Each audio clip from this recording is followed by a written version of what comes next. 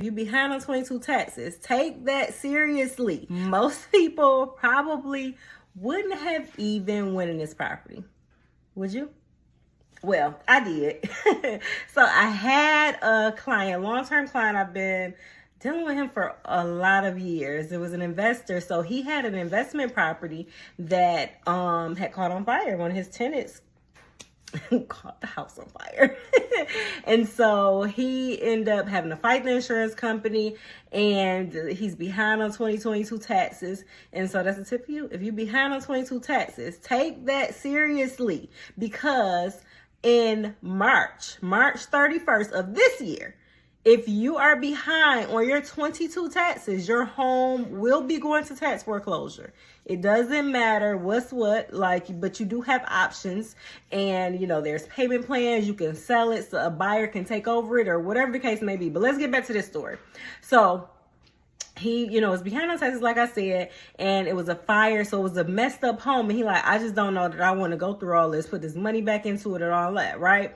So I had another investor the next day that I was going to show properties to anyway. So I'm like, okay, let's look at this one. So we looked at it. I was able to get that one under contract that day and close 7 days from there, right? And so that was 8 days. And I was able to help the seller get rid of his property, help the buyer. And then I also was able to I'm working on now helping the buyer to refinance that property to get the rehab funds out, because there are loans for that, and I can help with that as well. And the seller was able to get $2,000 more than what he initially asked for. So he had enough to pay the taxes off and get the profit that he wanted. Win-win.